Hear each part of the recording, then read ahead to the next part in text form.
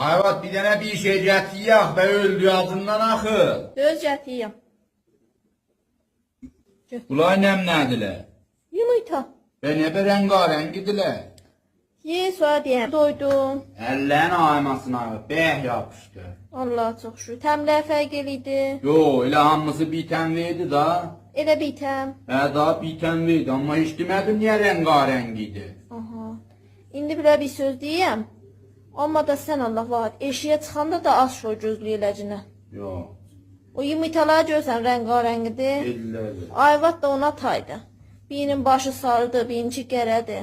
Amma hamısı bitəmdir. Hamımız bitəmdir. Amuzanı bitən versiniz da. Elə bitəm. Bir söz deyə bilirəm. Dicə. Axı mən bir yumurtayla doymuyorum bax, 4 dənə ilə doyuyorum bax. Sənin bıyığından gəlsin.